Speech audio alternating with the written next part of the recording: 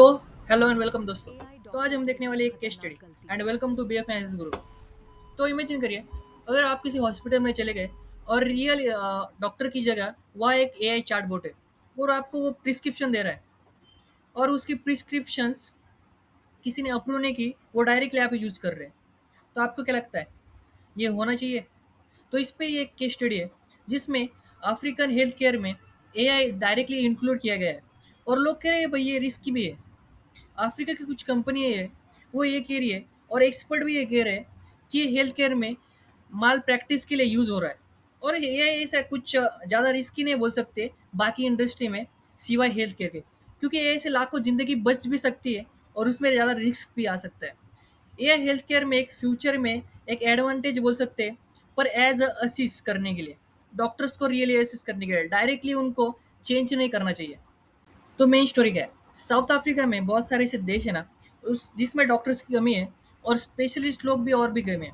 अगर आप किसी गांव में चले गए, वहाँ डायग्नोसिस कर रहे, तो उसके लिए बहुत सारे घंटे लग सकते हैं और वो ज़्यादा एक्सपेंसिव भी है। वहाँ एआई है ना, वो गेम चेंजर बोल सकते हैं। अगर कोई एआई चैटबॉट है, उसको एक्सरे को, ईसीजी को, अल्ट्रासाउंड को एनालिसिस करके डिसीज का पता लगा सकता है।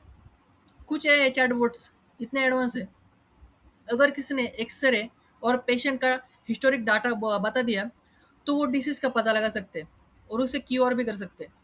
और इसके लोग कह रहे हैं ये हेल्थ केयर में इवोल्यूशन और फास्ट भी हो रहा है, चीपर भी है, मोर एक्सेसिबल भी है। और जिसकी वजह से लोग कह रहे हैं यहाँ से एक प्रॉब्लम शुरू हो रही है। तो आते हैं मेन इशू पे, बिजनेस प्रॉब्लम क्या है? अफ्रीका में बहुत सारे ऐसे स्टार्टअप्स है, टेक कंपनीज है, जो प्रॉपरली विदाउट टेस्टिंग जो एआई चैटबॉट है उन्हें डायरेक्टली लॉन्च कर रहे हैं और यूज भी कर रहे हैं बहुत सारे जो हेल्थ केयर वाले हैं। ये chatbot diagnosis, treatment advice, medical recommendation directly कर दे रहे हैं। और यहाँ एक बिजनेस अपॉर्चुनिटी भी बोल सकते हैं, क्योंकि जो गैप है ना वो इतना बड़ा है, माने समझे हेल्थ केयर है और उसके बाद एआई चैटबॉट है। इसमें जो गैप है ना, जिसकी वजह से लोगों को ये $1 बिलियन अपॉर्चुनिटी दिख रही है, क्योंकि एआई कंपनीज को उनको मालूम है यहाँ डॉक्टर्स की कमी है, तो अपने जो एआई है वहाँ इनको इंक्लूड करके मुनाफा भी कमा जा सकता है। लेकिन यहाँ प्रॉब्लम आता है कि लोग क्या कर रहे हैं, जो एआई टूल्स है उनके लिए क्लिनिकल ट्रायल नहीं दे रहे, रेगुलेटरी अप्रूवल नहीं दे रहे, डायरेक्टली उनको हेल्थ केयर में इम्प्लांट कर रहे हैं। जिसकी वजह से क्या हो रहा है, कभी कभी जो एआई रहते हैं ना, हेलुसिनेशन करते, माने वो क्या करते हैं, अगर समझिए उसके बाद क्लियर इन्फॉर्मेशन लगी है, लेकिन वो क्या करता है, कॉन्फिडेंसली बता देता है हाँ ये प्रॉब्लम है। जिसकी वजह से क्या हो सकता है, लोगों की डायग्नोसिस में प्रॉब्लम आ सकती है, गलत ट्रीटमेंट भी हो सकती है, प्रैक्टिस में सेफ्टी रिस्क भी हो सकता है, जिसके बाद लीगल लाइबिलिटीज भी हो सकती है, ब्रांड पे डैमेज भी हो सकता है। इसमें बिजनेस एनालिसिस क्या है? जो टेक्नोलॉजिकल अलोन कंपनी रहती है ना, उनका सक्सेस रेट कम रहता है। अगर आप सोचिए, trust plus regulation plus validation is equal to क्या बन सकता है, स्टेबिलिटी इन बिजनेस। जो डेवलप्ड कंट्री रहती है ना, वो क्या करती है, जैसे यूएसए, यूरोप, हेल्थ केयर को स्ट्रिक्टली रेगुलेट करती है। माने अगर कोई आप पेशेंट है, उसको डायरेक्टली एआई हेल्थ केयर में ट्रीटमेंट नहीं दे सकते हो। अगर आप कोई कह सकते हैं असिस्ट कर सकता है ये, पर डायरेक्टली ट्रीटमेंट नहीं कर सकता। डेवलपमेंट करती क्या करती है, उसमें रेगुलेटर लगा देती है। रेगुलेटरी की वजह से क्या होता है, क्लियर नहीं हो सकता कि ये कंट्री करने वाली है रेगुलेशन अप्रूव या नहीं।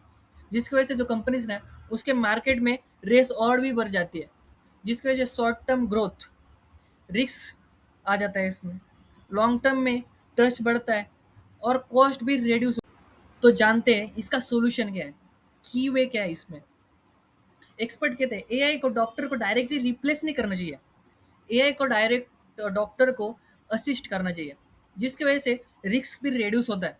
और हेल्थ केयर में सक्सेस होने के लिए कंपनी उसको पहले एआई को प्रॉपरली टेस्ट करना चाहिए, उसके बाद मेडिकल का एक्सपर्ट से उसकी साथ असिस्ट करना चाहिए, उसके बाद पेशेंट का डाटा सिक्योर करना चाहिए, गवर्नमेंट के साथ रेगुलेशन के फॉलो करके उनको एआई को इम्प्लांट करना चाहिए।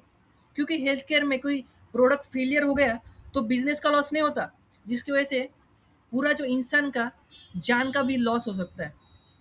तो फाइनल फैक्ट क्या है, एआई जो है हेल्थ केयर को पूरी तरह से बदल सकता है और उसका नेक्स्ट लेवल पे भी ले जा सकता है, लेकिन उसके लिए उसको सेफ गार्ड करना भी ज़रूरी है, और जिसकी वजह से रिस्क जो रहते हैं वो रेड्यूस हो जाएगा। और आपके लिए मेरा एक क्वेश्चन ये है, तो आपको क्या लगता है कि एआई चैटबॉट्स फ्यूचर में आने चाहिए? क्या आप उसे यूज़ करेंगे? कमेंट में बताइए। और ऐसे बिजनेस और फैक्ट जानने के लिए और केस स्टडी जानने के लिए किसको फॉलो कीजिए? बी एफ एस गुरु को। Thank you.